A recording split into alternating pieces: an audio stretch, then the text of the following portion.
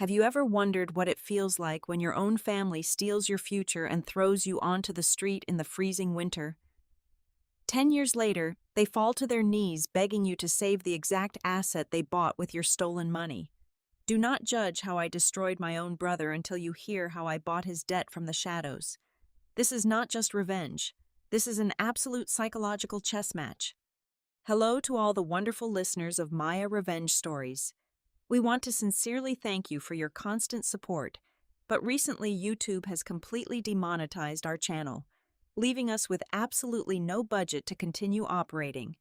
If you find today's story captivating, please consider supporting us by joining the Maya Revenge Stories Patreon, where you can listen to even more incredible, exclusive true stories featuring multiple emotional voice actors that we simply cannot make public on YouTube. You can easily join us by scanning the Patreon QR code right on your screen, or by clicking the link located in the description or the pinned comment of this video. Now, let us dive into today's story, a dark journey told through the eyes of our main character, Simone Cannon. I remember the exact, bone-piercing chill in the air on the night of my 18th birthday. I had just finished a grueling 10-hour shift at a rundown diner, my feet aching intensely inside my cheap, worn-out sneakers. The smell of stale grease clung to my uniform, and all I wanted in the world was to take a hot shower and fall into my bed. Maybe, I thought in a moment of naive hope, there would be a small cake, or at least a handwritten card resting on the kitchen counter waiting for me. Instead, when I pushed open the front door, I walked straight into the sound of clinking champagne glasses and loud, obnoxious laughter echoing from our dimly lit living room. Before heading into the living room to see what the commotion was about, I pulled out my cracked phone to check my banking application. Today was the exact day the custodial hold on my educational trust fund was supposed to be lifted. $50,000. That was the precise amount my late father, Arthur, had meticulously saved up for me over decades of backbreaking labor. It was his dying promise that I would get a real education, that I would never have to struggle and scrape by the way he did. I logged into the portal, my heart fluttering with the anxious anticipation of finally securing my future. The balance loaded on the screen, $0.00. I blinked rapidly, rubbing my tired eyes, convincing myself it was merely a network glitch. I refreshed the page again and again. The number remained 0. A cold dread, heavy and suffocating like a lead weight, dropped instantly into the pit of my empty stomach. I stumbled toward the living room, my phone shaking violently in my hand. There stood my older brother, Travis, wearing a smug grin and holding a crystal glass of expensive champagne. His other arm was wrapped tightly around the shoulders of his heavily pregnant wife. Chloe, my mother, Evelyn, was beaming up at them with undeniable pride, clutching a glossy real estate brochure in her manicured hands. A luxury duplex in the absolute hottest real estate market in Austin, Texas. Travis was bragging loudly to the room. We officially closed the deal this morning. It is the perfect place to raise the baby, right in the center of all the economic action. I stepped out of the shadows into the harsh overhead light, my voice trembling but cutting through the celebration. Where is my money? Travis? The laughter died instantly. The room went dead silent. Chloe immediately looked down at her expensive shoes, shifting her weight uncomfortably. Travis just let out a heavy sigh, a deeply patronizing smirk playing on the corners of his lips. Evelyn stepped forward, her face hardening into a mask of absolute, cold indifference. Do not ruin this special night, Simone, my mother warned, her tone sharp and defensive. I signed the bank release for the custodial account early this morning. I am legally still your guardian until midnight tonight, and I made an executive family decision. I felt the entire room spin out of control. A family decision.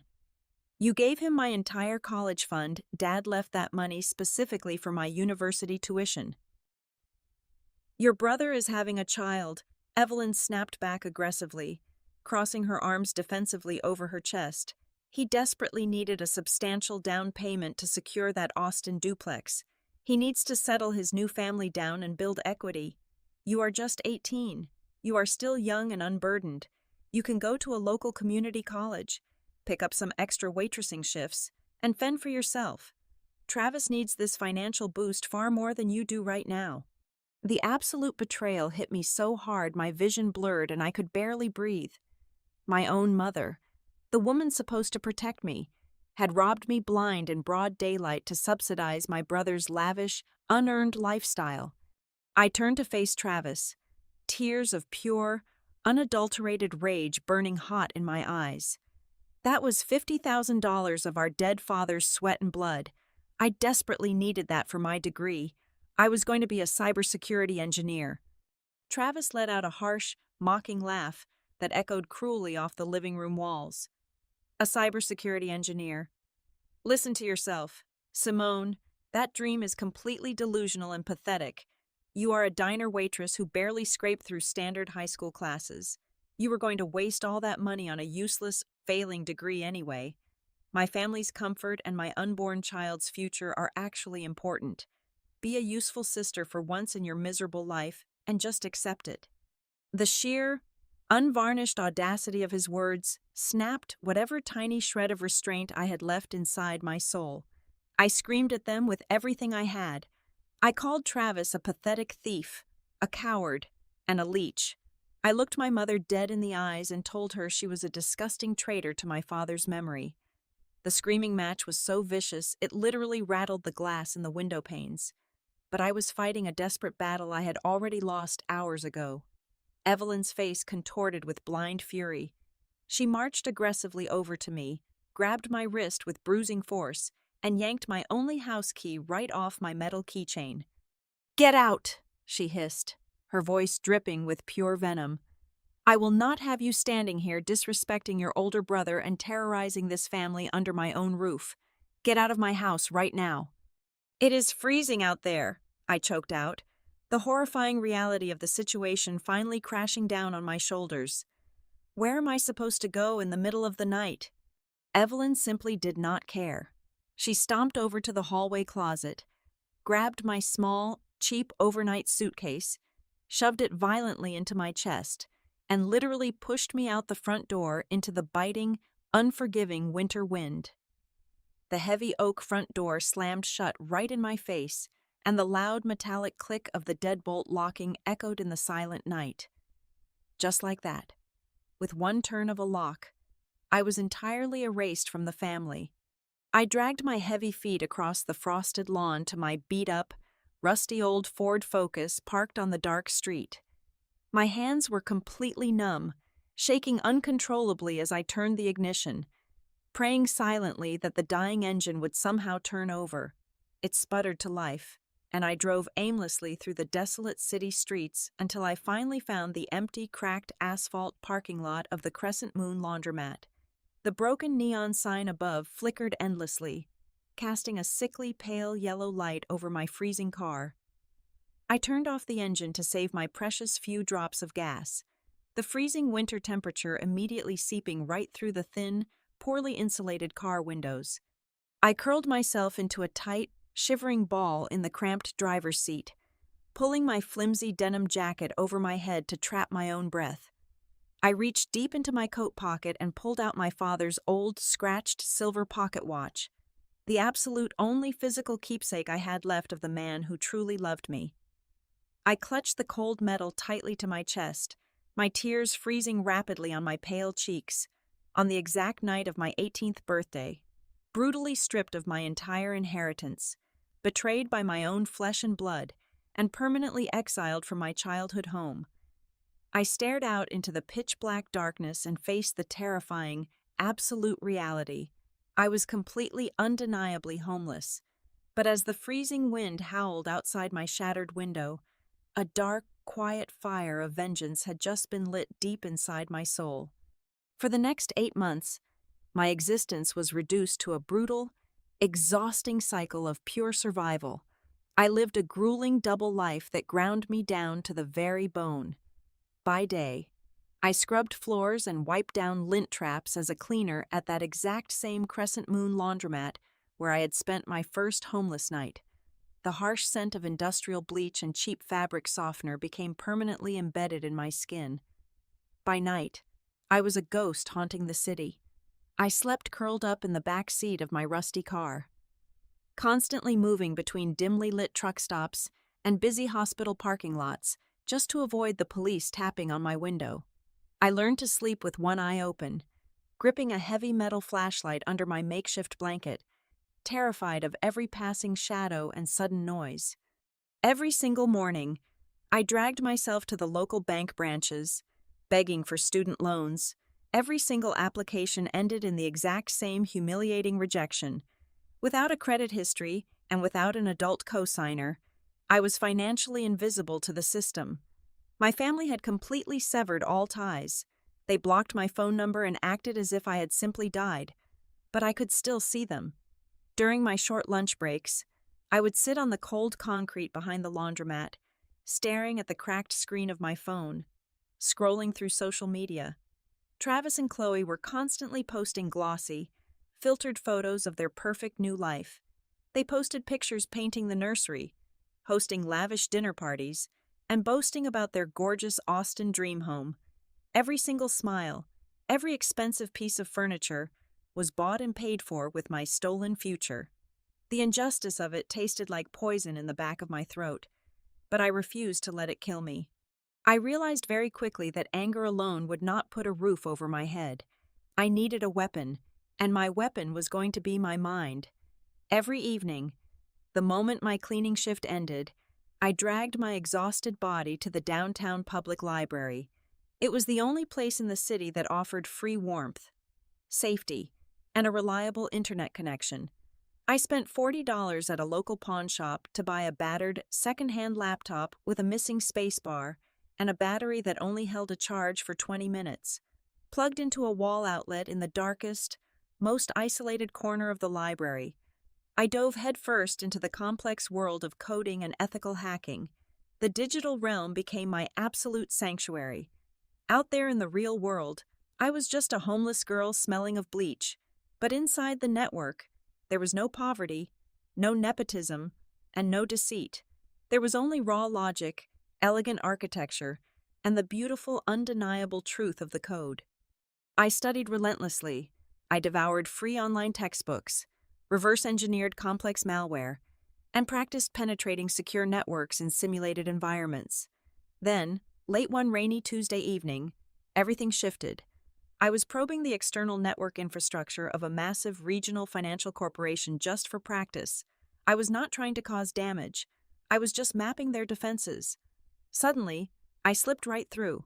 I stumbled upon a massive, glaring zero-day vulnerability in their primary payment processing gateway. With a few simple keystrokes, I could have easily redirected millions of dollars into an offshore account.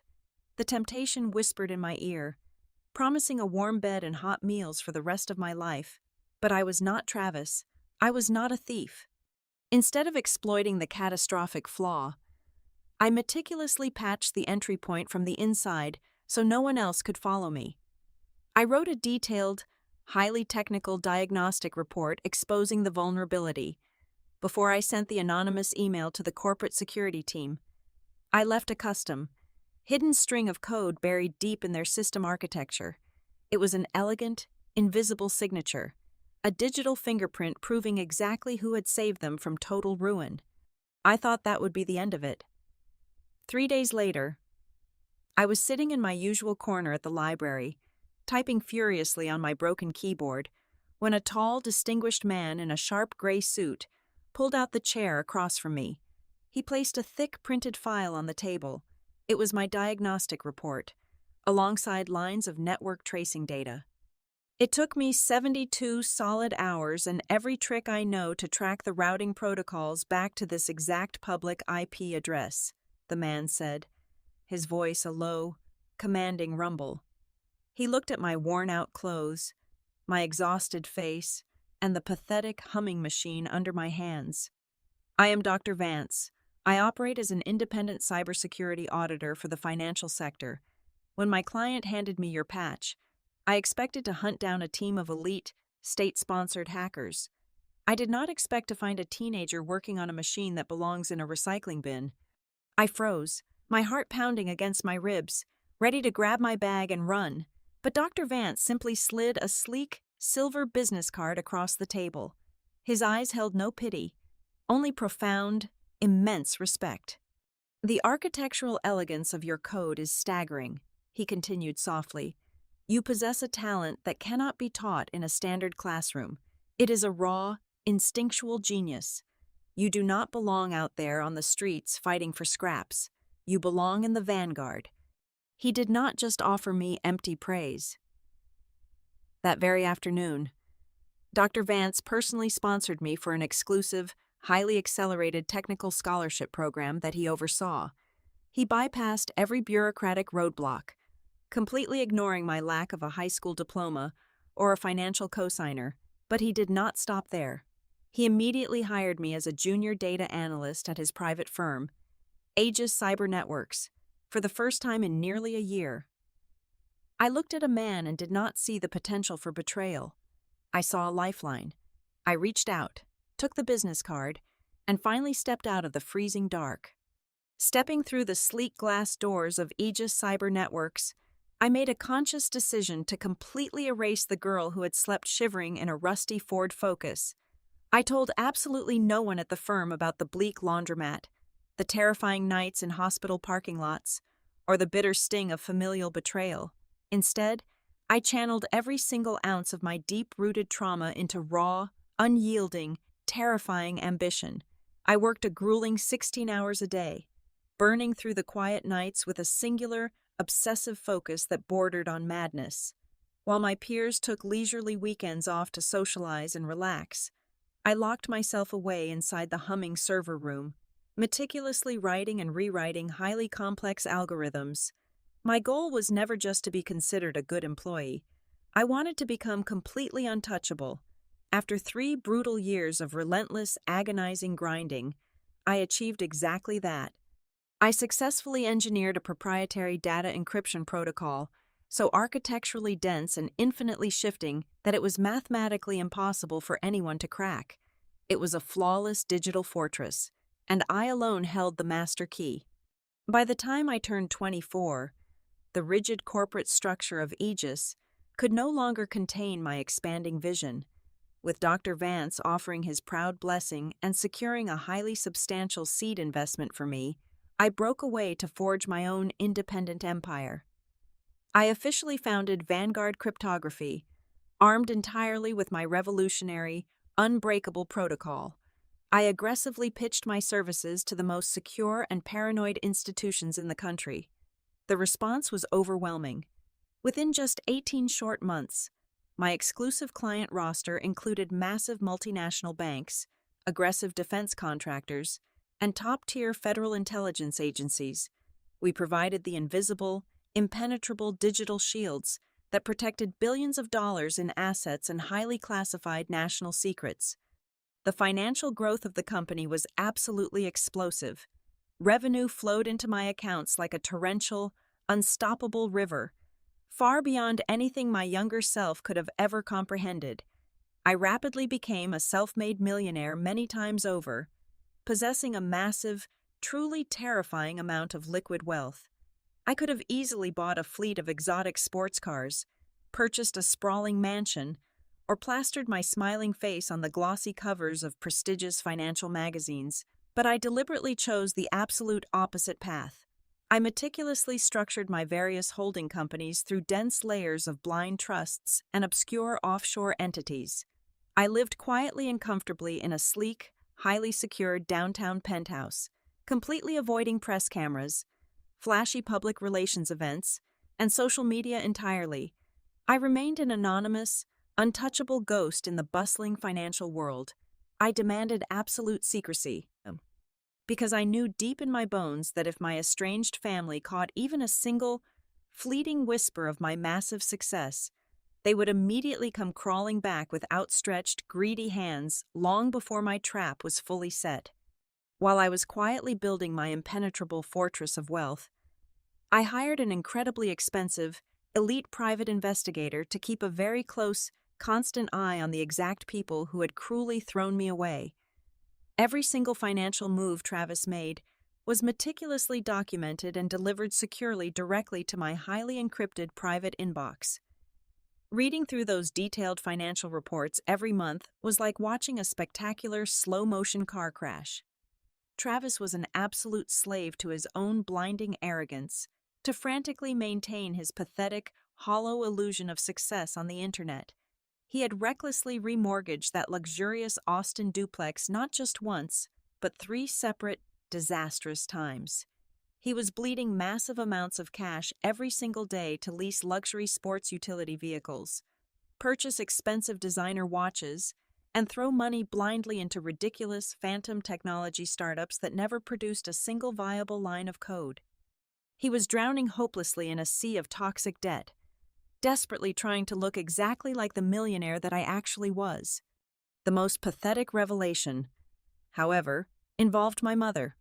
The investigator uncovered highly confidential bank documents showing that Travis had aggressively and systematically manipulated Evelyn into legally co-signing a massive, incredibly high-risk home equity line of credit. Evelyn, blindly and foolishly trusting her golden child, had quite literally signed away her entire financial security to feed his endless, gaping vanity. She was teetering right on the absolute, terrifying edge of catastrophic bankruptcy, completely oblivious to the massive financial sinkhole opening up directly beneath her own feet. Sitting in the quiet, dim luxury of my executive office, staring coldly at the glowing monitors displaying their impending, undeniable doom, I felt absolutely no pity. I just calmly sipped my black coffee and continued spinning my intricate, invisible web. Travis had built his entire arrogant, flashy life on a fragile, rapidly crumbling sandcastle. And the violent tide was finally coming in.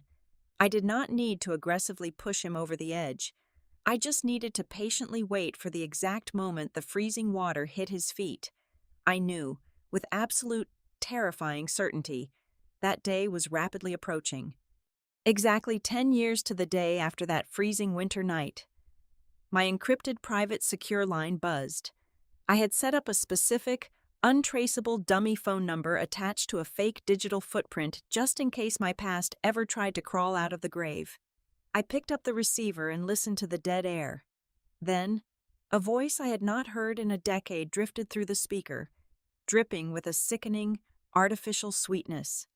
"Hey there, little sister," Travis purred, his tone remarkably casual, as if he were just calling to check on the weather and had not banished me to the streets to freeze. "It has been far too long.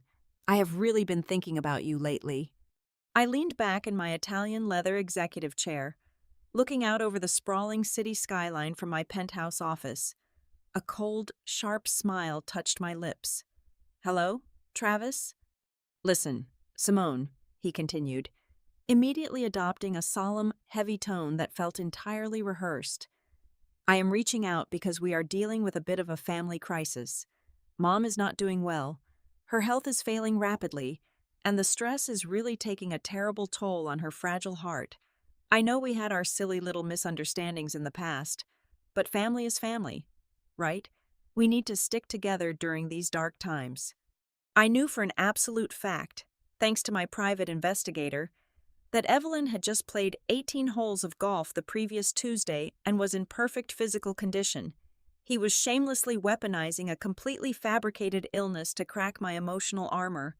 I kept my voice small, timid, and perfectly flat. "What exactly is going on, Travis?" He let out a long, theatrical sigh, sounding like a martyr carrying the weight of the world. "Well, with Mom being sick and the economy taking a downturn, my businesses have hit a minor cash flow hiccup. It is nothing I cannot handle long term, obviously, but right now, this very minute, the private bank is being completely unreasonable. They are threatening to foreclose on the family duplex, the exact house Mom lives in. Can you imagine the absolute tragedy of our sick mother being thrown out onto the street?" The sheer blinding audacity of his words almost made me laugh out loud. He was using the exact nightmare he had forced upon me to try and extort my sympathy. "How much do you need?" I asked, perfectly mimicking the hesitant tone of a terrified lower-middle-class worker. "Just a short-term bridge, little sister," he said smoothly, the greed practically vibrating through the phone line. I urgently need $250,000 within the next 30 days. Consider it an emotional family loan, a way to heal the past. I will pay you back with generous interest the absolute second my next major venture capital deal closes. I promise. He was begging me for $250,000, completely unaware that the sum he was desperately crying over was less than what Vanguard Cryptography earned in a single afternoon. He assumed I had scraped together a decent, miserable little nest egg over the last decade, and he was ready to bleed me dry all over again. "Travis," I whispered, injecting a heavy dose of fake anxiety into my voice. "That is a massive amount of money. That is everything I have saved in my entire life. I cannot just blindly wire my entire life savings without knowing exactly what I'm getting into. I need to protect myself." His sweet facade instantly cracked, revealing the ugly, aggressive tyrant hiding just beneath the surface. "Are you seriously questioning my financial integrity right now? Our mother is dying. Simone, I am offering you a golden chance to redeem yourself and be a part of this family again. And you have the nerve to ask me for collateral." "I am not asking for collateral," I replied gently, playing the submissive role to absolute perfection. "I am just asking for transparency. Send me the complete financial records for the property. I need to see the ledgers, the original deed, the current mortgage statements, and every single piece of loan paperwork tied to that duplex. If the numbers make sense, I will empty my savings account and wire you the funds." There was a long, suffocating silence on the other end of the line. I could practically hear the gears grinding in his desperate mind. He hated me. He absolutely loathed having to justify himself to the sister he considered beneath his shoe. But his pride was rapidly losing the war against his impending bankruptcy. He was backed into a corner with zero options left. "Fine," he spat, his voice trembling with barely suppressed rage. "I will email you the entire digital file folder by tonight, but you better have that wire transfer ready to go by tomorrow morning, or Mom is going to end up with nothing and it will be entirely your fault." The line went completely dead. I slowly placed the phone face down on my massive oak desk. A deep, resonant sense of absolute victory washed over my entire body. Travis thought he was manipulating a weak, desperate girl into handing over her hard-earned pennies. He had absolutely no idea he had just blindly walked straight into the jaws of a corporate apex predator. Less than 4 hours later, my secure inbox chimed. It was an email from Travis containing a massive encrypted file. It held every single financial sin, every hidden debt, and every fraudulent misstep he had ever made regarding that property. This was not just a folder of documents. It was the exact, undeniable ammunition my team of ruthless forensic accountants had been patiently waiting for. He had voluntarily handed me the very rope I was going to use to financially hang him. The final net was officially cast. I handed the massive encrypted file directly to my lead forensic accountant at exactly 8 o'clock the next morning. Sitting in my secure glass-walled conference room, we projected the raw financial documents onto the massive wall screen. My team consisted of former federal agents and ruthless financial auditors who had tracked billions in stolen funds. But even they were completely silent as we sifted through 10 years of my brother's banking statements, property deeds, and loan agreements. It did not take long to find the first rotting corpse buried deep in his financial backyard.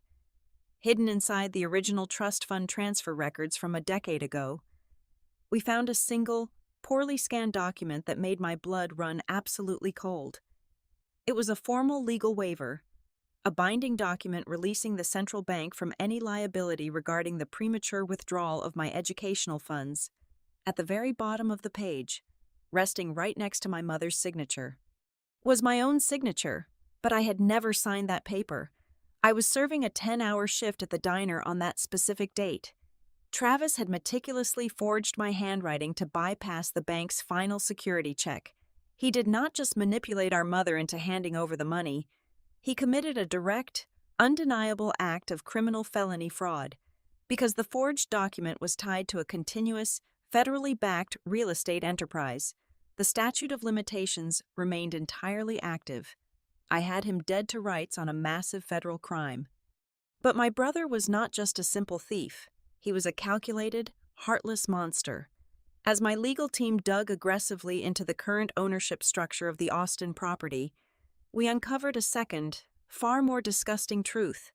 For years, Travis and Chloe had proudly paraded that luxurious duplex around their social circles as their shared marital asset. However, the current deed told a completely different story.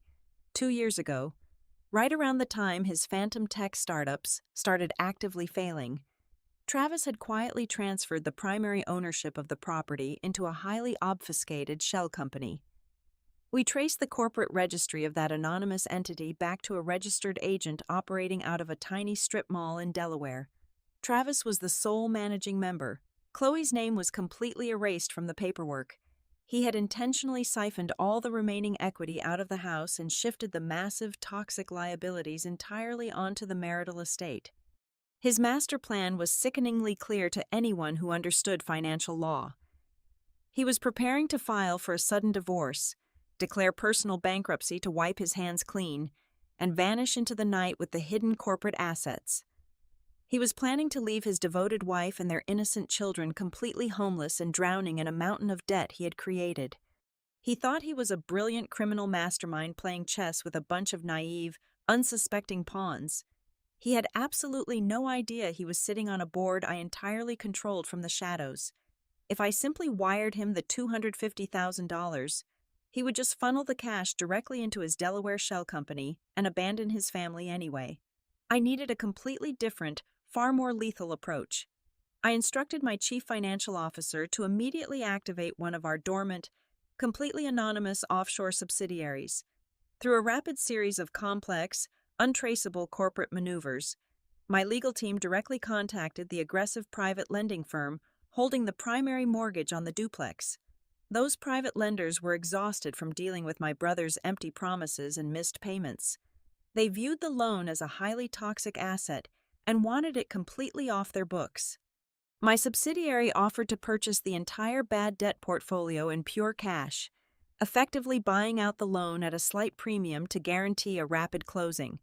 The transaction was approved and finalized in less than 48 hours. The private bank happily washed their hands of the messy, failing situation, and the legal transfer of the mortgage note was quietly recorded in the county registry under the name of a faceless corporate entity, overnight, without a single member of my family knowing. I became the primary lien holder of their entire existence. I was no longer the helpless, freezing teenager thrown out onto the winter pavement. I was the bank. I legally owned the exact roof over their heads. I held absolute power over my brother's hidden assets, and I firmly controlled the exact financial trap my mother had foolishly signed her life away to secure.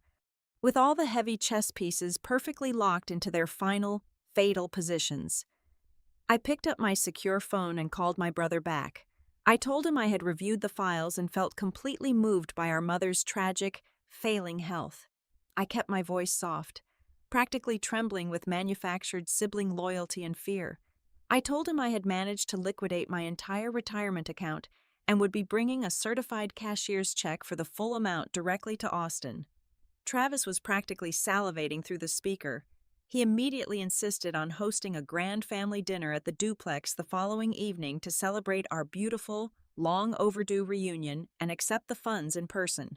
He promised that Evelyn was preparing a lavish feast, and that Chloe and the children were incredibly excited to finally welcome their long-lost aunt back into the fold. I hung up the phone and walked slowly over to the floor-to-ceiling window of my penthouse, looking out over the glowing electric city below.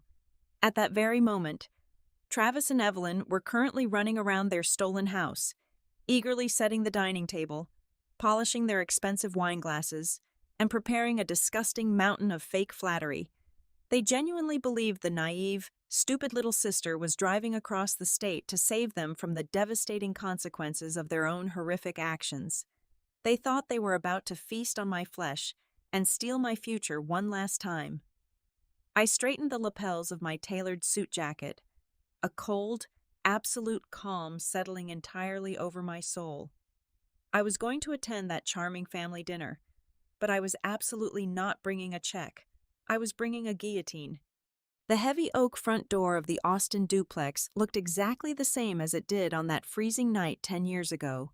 I stood on the porch, taking a slow, deep breath of the humid evening air before ringing the bell. Travis threw the door open almost instantly. He was dressed in a crisp linen shirt, flashing a bright, completely artificial smile that did not quite reach his cold, calculating eyes.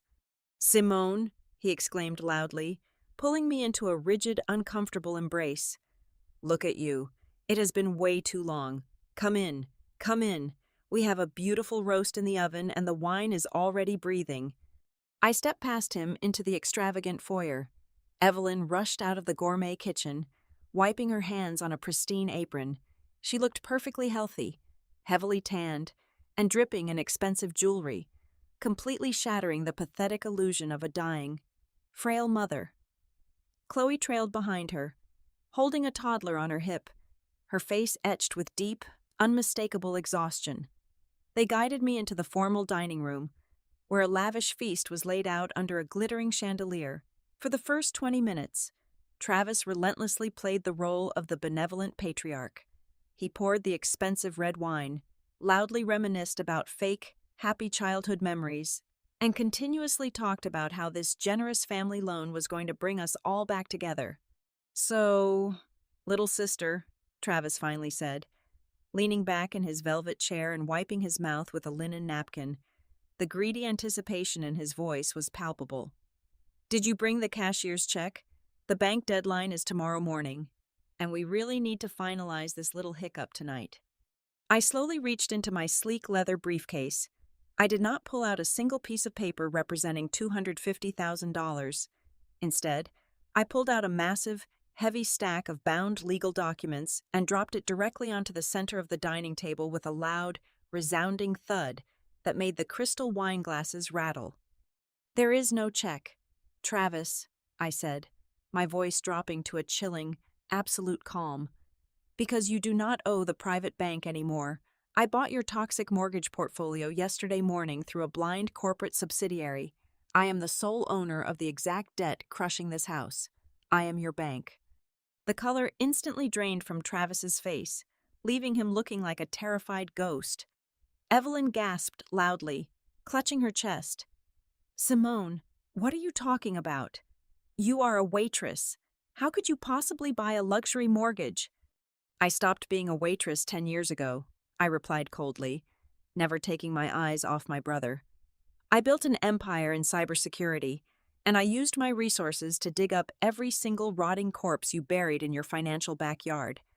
I picked up the first heavy folder and slid it directly across the polished wood to his wife. "Chloe, you should look at this.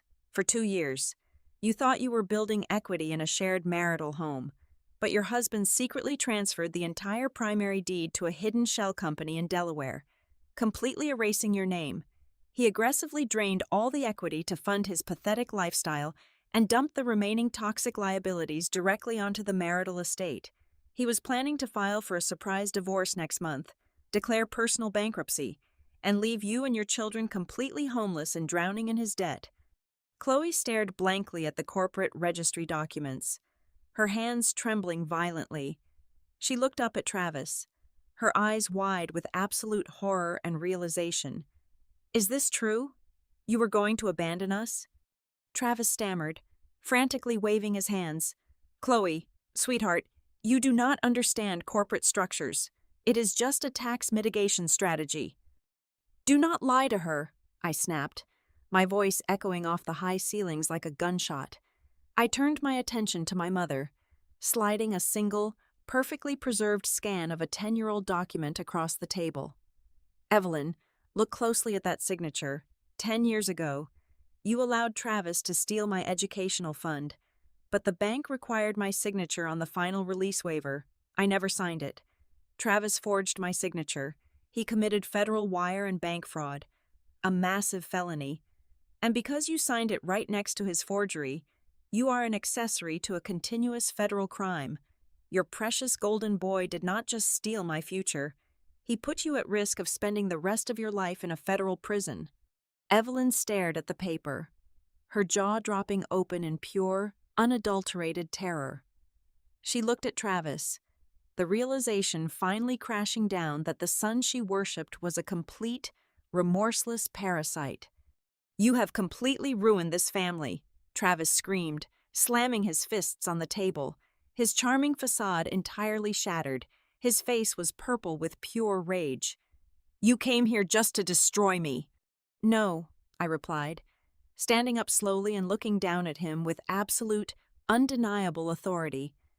"I came here to issue a final verdict. Here are the terms. Evelyn, I am legally forgiving your disastrous guarantor debt. You will not face bankruptcy. Chloe, you and the children are staying right here. I am legally transferring one half of this duplex entirely into an irrevocable trust for your kids. You will never have to worry about a roof over your heads again." Chloe burst into heavy, racking sobs, burying her face in her hands. Completely overwhelmed by the sudden salvation, Evelyn just sat there, frozen in shock and deep, unbearable shame.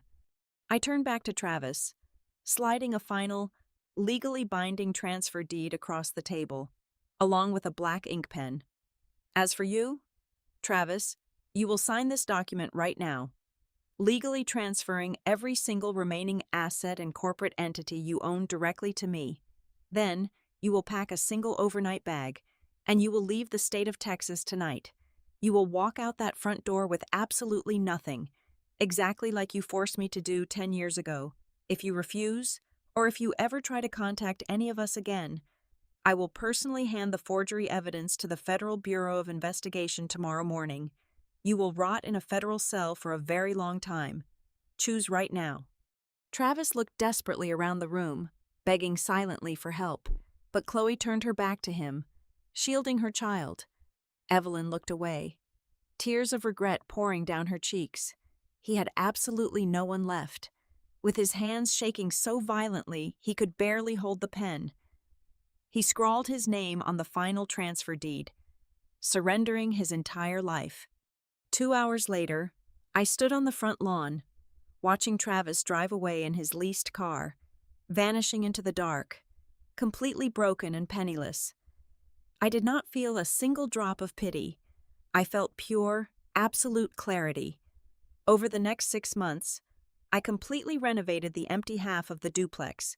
I transformed it into the headquarters for a new, fully funded charitable foundation called Arthur's Shield. We now provide completely free, secure housing and advanced technology training for young women who have survived severe financial abuse and familial betrayal.